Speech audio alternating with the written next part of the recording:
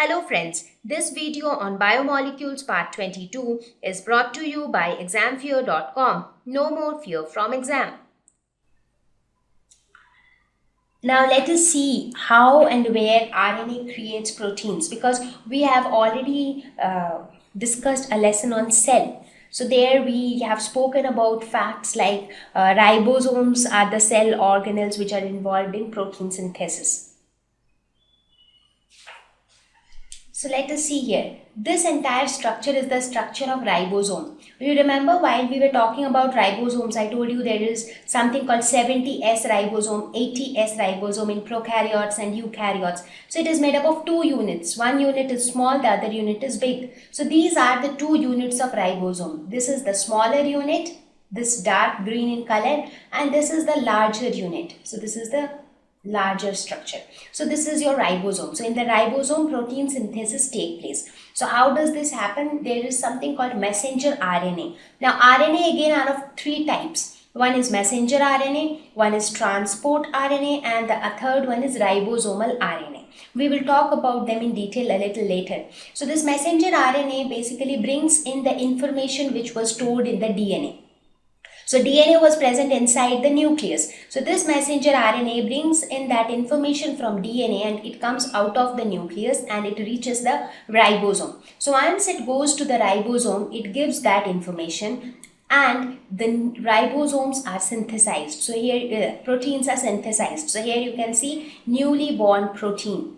So this is how RNA creates protein, because RNA contains the information. Information here is nothing but the sequence of amino acids, because the sequence of amino acids determine the traits, and that those traits are the characteristics which are seen in an individual. So that is how RNA creates proteins.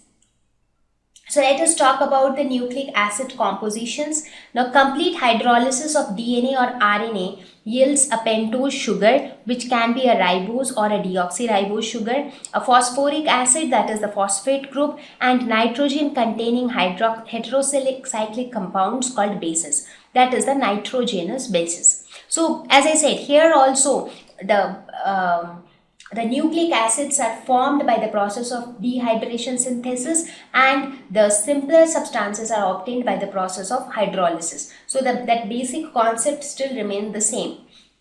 So when I talk about the sugar can be a ribose sugar like this or a deoxyribose sugar.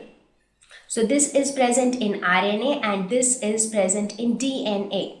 When I talk about the phosphoric acid, we are talking about this phosphate group which is present in both RNA as well as DNA. When I talk about the nitrogenous bases, we are talking about this adenine, guanine, thymine, cytosine. So these are present in DNA. Whereas when we talk about RNA, the same nitrogenous bases are present except thymine. So thymine is not present in RNA. Instead, uracil is present. So this is present in RNA. Other than that, adenine, guanine, and cytosine, they are also present in RNA.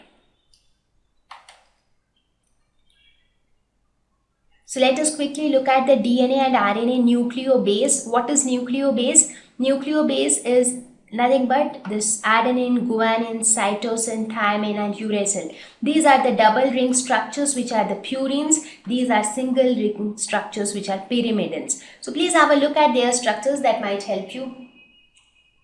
Talking about nucleosides, they are nothing but the base, that is the nitrogenous base, plus the pentose sugar, that is ribose or deoxyribose.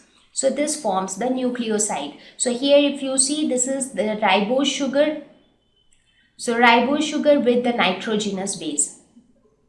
So this is nucleoside. So this is ribonucleoside. Whereas in this case it is deoxyribose sugar. So it is deoxyribonucleoside. So these are the nucleosides. And the bases can be any of these, as I said. Now depending on the bases, they can be named. If the base is a cytosine, it will be called cytidine. If the base is uracil, it will be called uridine. If the base is thymine, it will be called thymidine. If the base is guanine, it will be called guanosine. And if the base is adenine, it will be called adenosine.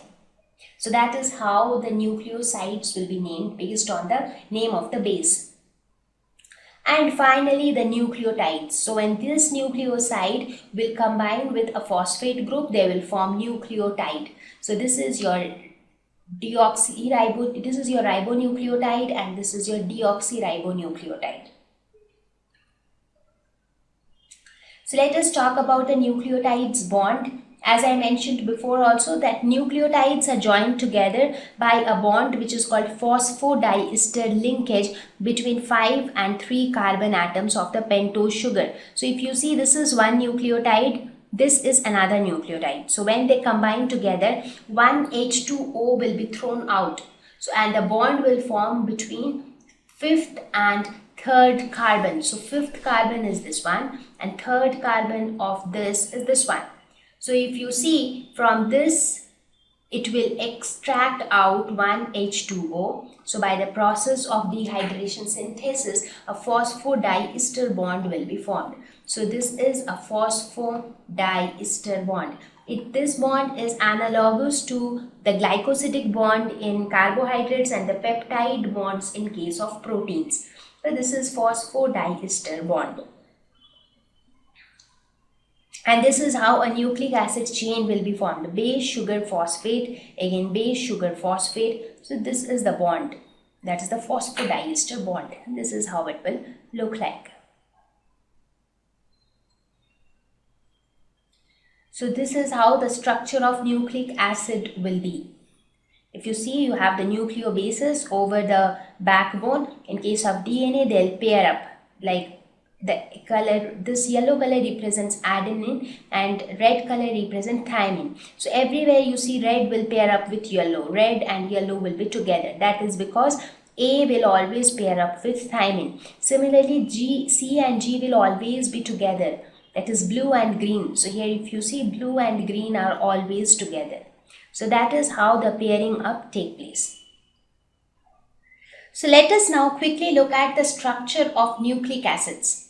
Now, as I said, since nucleic acids are very closely related to proteins are made up of amino acids.